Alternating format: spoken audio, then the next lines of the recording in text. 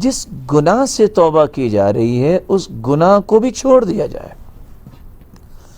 رسول اللہ صلی اللہ علیہ وسلم کا فرمان معظم ہے، صحیح الجامع کی روایت ہے، ان العبد اذا اخطأ خطیئہ نکتت فی قلبہ نکتة سوداء فإن هو نزع واستغفر وتاب ثقل قلبہ۔ بندہ جب گناہ کرتا ہے تو اس کے دل پہ ایک سیاہ نقطہ لگ جاتا ہے، اور اگر بار بار گناہ کرتا ہے تو اس کا پورا دل سیاہ ہو جاتا ہے۔ اور روایت تو یہ بھی بتاتی ہے، صحیح مسلم کی روایت ہے، کلکوز مجخیہ،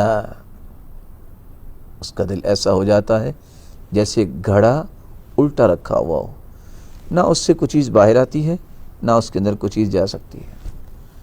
ہاں اگر وہ گناہ کو چھوڑ دے، اللہ رب العزت کے سامنے توبہ کے لیے حاضر ہو جائے، استغفار کر لے اور اللہ رب العزت کی طرف رجوع کر لے، مالک الملک اس کے دل کو دوبارہ سفید بنا دیتے ہیں۔ Islamic Research Center.